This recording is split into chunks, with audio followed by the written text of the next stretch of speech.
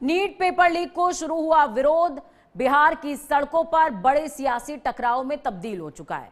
बिहार बंद के दौरान जो तस्वीरें सामने आई, उन्होंने कानून व्यवस्था पर गंभीर सवाल खड़े कर दिए। प्रदर्शन हुआ, नारेबाजी हुए, सड़क जाम और फिर पत्थरबाजी। हालात इतने बिगड़ गए कि पुलिस की कार्रवाई करनी पड़ी। इस दौरान जनशक्ति जनता दल के प्रमुख और पूर्व मंत्री तेज प्रताप यादव को कानून व्यवस्था बिगाड़ने, सरकारी काम में बाधा डालने और समर्थकों को उकसाने के आरोप में गिरफ्तार कर लिया गया। उनके साथ 208 अन्य प्रदर्शनकारियों को भी हिरासत में लिया गया है, जबकि 2200 अज्ञात लोगों के खिलाफ एफआईआर भी दर्ज की गई। पुलिस के मुताबिक तेज प्रताप यादव के प्रदर्शन स्थल पर पहुंचने के बाद भीड़ और ज्यादा उग्र हो गई थी। बाकरगंज टीओपी प्रभारी समेत 12 पुलिसकर्मी पत्थरबाजी में घायल हुए, जबकि पुलिस की लाठीचार्ज कार्रवाई में 20 से ज्यादा प्रदर्शनकारियों के भी घायल होने की खबर है। गांधी मैदान और कोतवाली थाने में अलग अलग 4 मुकदमे दर्ज हुए हैं। पुलिस अब सीसीटीवी फुटेज और वीडियो के आधार पर बाकी आरोपियों की पहचान कर रही है। सवाल सिर्फ एक गिरफ्तारी का असल में नहीं है, सवाल यह कि क्या छात्रों के मुद्दे पर शुरू हुआ आंदोलन अब हिंसा और राजनीतिक शक्ति प्रदर्शन की राह पर निकल चुका था, और अगर विरोध का तरीका हिंसा बन जाए तो सबसे बड़ा नुकसान आखिर लोकतंत्र और छात्रों की असली लड़ाई का ही होता है, जो कि बिहार में देखने को भी मिल रहा है। फिलहाल 14 दिनों की न्यायिक अभिरक्षा में मौजूद हैं तेज प्रताप यादव, और ये जो गिरफ्तारी हुई है इसको लेकर के लगातार प्रदर्शनों का दौर भी चल रहा है। ग्राफिक्स के जरिए पूरा घटनाक्रम एक बार आपको समझाने की कोशिश करती हूं, बताने की कोशिश करती हूं कि क्या कुछ घटित हुआ है। पूर्व मंत्री तेज प्रताप यादव की गिरफ्तारी हुई है। आप सभी समझ गए होंगे कि जब तेज प्रताप घटनास्थल पर पहुंचते हैं, प्रदर्शन स्थल पर पहुंचते हैं, उसके बाद युवा बेकाबू हो गए। कानून व्यवस्था बिगाड़ने के आरोप लगे हैं तेज प्रताप यादव के ऊपर, और ये आरोप सिर्फ कोरे कारे नहीं है, बल्कि 208 प्रदर्शनकारियों को गिरफ्तार किया गया है। 2200 अज्ञात लोगों पर एफआईआर दर्ज हुई है। इसके साथ ही अब पुलिस विभाग उन तमाम कह सकते हो कि अराजक तत्वों को चिन्हित करेगी। गांधी मैदान कोतवाली में 4 अलग अलग केस दर्ज हुए हैं, मामले दर्ज हुए हैं, जिनमें गिरफ्तारी हुई है। पत्थरबाजी में 12 पुलिसकर्मी घायल हुए, तो वहीं ऐसा नहीं है कि सिर्फ पुलिसकर्मी घायल हुए हैं, बल्कि प्रदर्शनकारी बच्चे भी घायल हुए हैं। इसमें लाठीचार्ज में 20 से ज्यादा प्रदर्शनकारी भी घायल हुए हैं, और इस घटना के बाद ही गिरफ्तारी हुई, जिसमें अब ये निकलकर सामने आ रहा है कि फिलहाल तेज प्रताप यादव के लिए जो 14 दिन है आगे के, वो अच्छे बिल्कुल नहीं होने वाले हैं। तेज प्रताप यादव के लिए पुलिस ने कहा कि आपने छात्रों को भड़काया है, हिंसा तेज हुई है, अब तो जेल में जाना पड़ेगा, जेल की रोटी खानी पड़ेगी और जेल का पानी पीना पड़ेगा। ट्विंकल दुबे जुड़ी हुई है हमारे साथ, सहयोगी संवाददाता, उनका रुख कर लेते हैं। ट्विंकल, हम सभी जानते हैं बिहार में जिस तरीके से पूरे आंदोलन ने हिंसक रूप लिया, उसने सभी को परेशान किया था। देश भर से हालांकि प्रदर्शन की तस्वीरें सामने आ रही थी, मुंबई से आई, बंगाल से आई और भी जगहों से छात्र आंदोलन की तस्वीरें सामने आ रही थी, लेकिन बिहार में जिस तरीके से प्रोटेस्ट हिंसक हुआ और प्रोटेस्ट के अलग अलग तरीके देखने को मिले। तेज प्रताप यादव घटनास्थल पर पहुंचते हैं, प्रदर्शन स्थल पर, और भीड़ और ज्यादा उग्र आक्रामक हो जाती है, जबकि जनप्रतिनिधि अगर वहां पर मौजूद है तो उसे चाहिए कि वो भीड़ को शांत करने का काम करे, लेकिन यहां पर तेज प्रताप के ऊपर आरोप लगे हैं कि उन्होंने भीड़ को उग्र किया।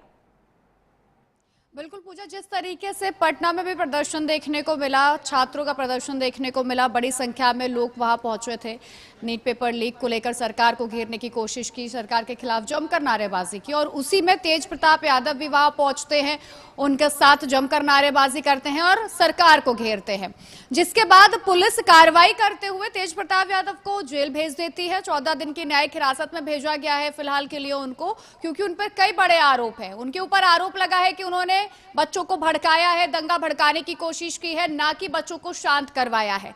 लेकिन विपक्ष का तो काम ही है पूजा कि वो जनता के बीच पहुंचकर सरकार से सवाल पूछे, सरकार से जवाब मांगे।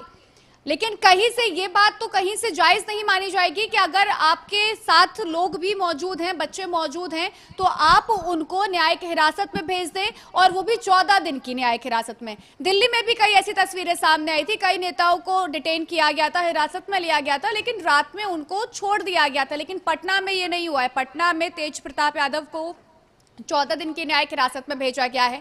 अब देखना होगा कि आगे की क्या कार्रवाई होती है पुलिस द्वारा। 14 दिन के बाद क्या कुछ तस्वीर सामने आती है और कैसे राजनीतिक हलचल बिहार में देखने को मिलती है। बांकीपुर इलेक्शन से तो नहीं है, क्योंकि प्रशांत किशोर को समर्थन भी दिया है तेज प्रताप यादव ने, और एंड मोमेंट में अगर वो वहां पर पहुंचते हैं, कह सकते हैं प्रचार प्रसार के लिए, तो बेनिफिट भी हो सकता है प्रशांत किशोर को। तो कहीं उस एंगल से भी इस पूरे घटनाक्रम को देख लिया जाए एक बार। हाँ, इसको नकारा नहीं जा सकता है पूजा, क्योंकि अभी उपचुनाव भी होने हैं बांकीपुर में, तो सबकी निगाहें उस पर भी टिकी हुई है और जो हलचल है बिहार में वो भी देखने को मिल रही है। लेकिन पूजा, इस समय एक बड़ा सवाल ये भी खड़ा होता है कि जब ये प्रदर्शन बिहार में चल रहा था, पटना में चल रहा था, उस समय तेज प्रताप यादव तो जमीनी स्तर पर नजर आए हैं, लेकिन तेजस्वी यादव नजर नहीं आए। तेजस्वी यादव वहां कहीं दूर दूर तक नजर नहीं आए, और ना ही वो जो सदन की कार्रवाई चल रही थी, मानसून सत्र, विधानसभा सत्र जो चल रहा था, वहां पर भी वो कहीं नहीं दिखे। लगातार प्रोटेस्ट होते रहे हैं, प्रोटेस्टर्स पे लाठीचार्ज हुआ है, लेकिन तेजस्वी यादव इस पूरे मामले में दूर दूर तक उनकी भागीदारी नहीं दिखी है। बड़ा सवाल यही खड़ा हो रहा है पूजा कि इस समय तेजस्वी यादव है कहां? जहां उनके भाई न्यायिक हिरासत में है, उनके पिता की तबीयत खराब है, वो इमरजेंसी में है, लेकिन तेजस्वी यादव जो लगातार बिहार की जनता की आवाज बनकर खड़े होते हैं, उनकी आवाज उठाते हैं, इस समय वो कहीं नहीं दिख रहे हैं। बिल्कुल ट्विंकल, तेजस्वी कहीं नजर नहीं आ रहे हैं, तेज प्रताप जेल के अंदर हैं। और सबसे बड़ी चीज मैं ये समझना चाहूंगी, आंदोलन जिस तरीके से ट्विंकल हिंसक हुआ, उसके बाद क्या अभी तक हमारे पास ये इंफॉर्मेशन है कि तेज प्रताप का कोई स्टेटमेंट सामने आया हो जो उन्होंने अपने बचाव में कहा हो कि नहीं, मेरे पहुंचने से भीड़ उग्र नहीं हुई, या तमाम बातें जो भी उनका पक्ष हो, क्या वो अपना कोई पक्ष रखते नजर आए? पूजा, अभी तक तो उनकी तरफ से ऐसा कोई बयान सामने नहीं आया है, लेकिन जैसे ही तेज प्रताप बाहर आएंगे, चाहे वो 14 दिन से पहले आ जाए या 14 दिन के बाद आए, वो लगातार सरकार से सवाल पूछते रहेंगे और अपनी तरफ से प्रतिक्रियाएं भी देंगे, क्योंकि जिस तरीके से विपक्ष लगातार मुद्दे उठाता है, विपक्ष का काम ही है सरकार से सवाल पूछना। लेकिन अगर उस तौर को लेकर आप किसी विपक्ष के नेता को आप जेल में बंद कर देते हैं, तो वो कहीं ना कहीं बड़े सवाल खड़े करता है। और इसी हिसाब को अगर हम देखें तो बिहार की राजनीति आने वाले समय में और दिलचस्प और सियासी हो सकती है। चलिए, बहुत शुक्रिया ट्विंकल हमारे साथ जुड़ने के लिए, अहम जानकारी साझा करने के लिए। तो देखिए, 208 गिरफ्तारियां हुई हैं, 2200 से ज्यादा लोगों को इस पूरे मामले में कह सकते हैं कि उन पर कार्रवाई के संकेत मिल रहे हैं। अज्ञात लोगों पर भी FIR दर्ज हुई है, जिसमें 12 पुलिसकर्मी घायल हुए।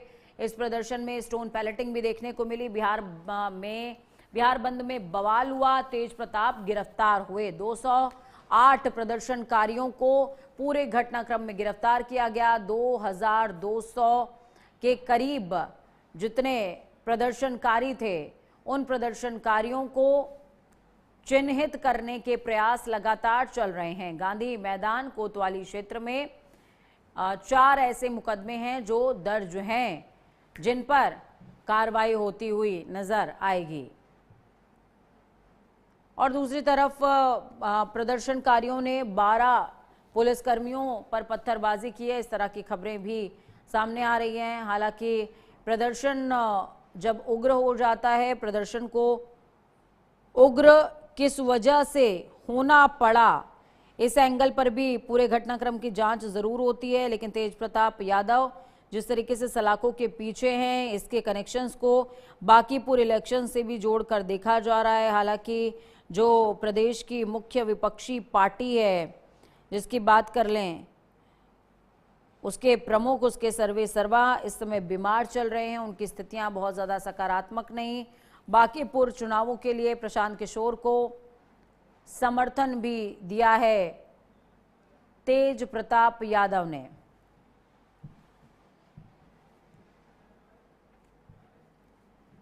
तो देखिए, घटनाक्रम बांकीपुर उपचुनाव के पहले परिवर्तित होते हुए नजर आ रहे हैं। फिलहाल यहां पर जो मामला था, वो मामला प्रदर्शन से जुड़ा हुआ था। 14 दिनों की न्यायिक अभिरक्षा में गए हुए हैं तेज प्रताप, और आज अगर इतवार है, तो अब अगर इस मामले में कोई अपडेट आनी है तो ये तय बात है कि सोमवार को आएगी।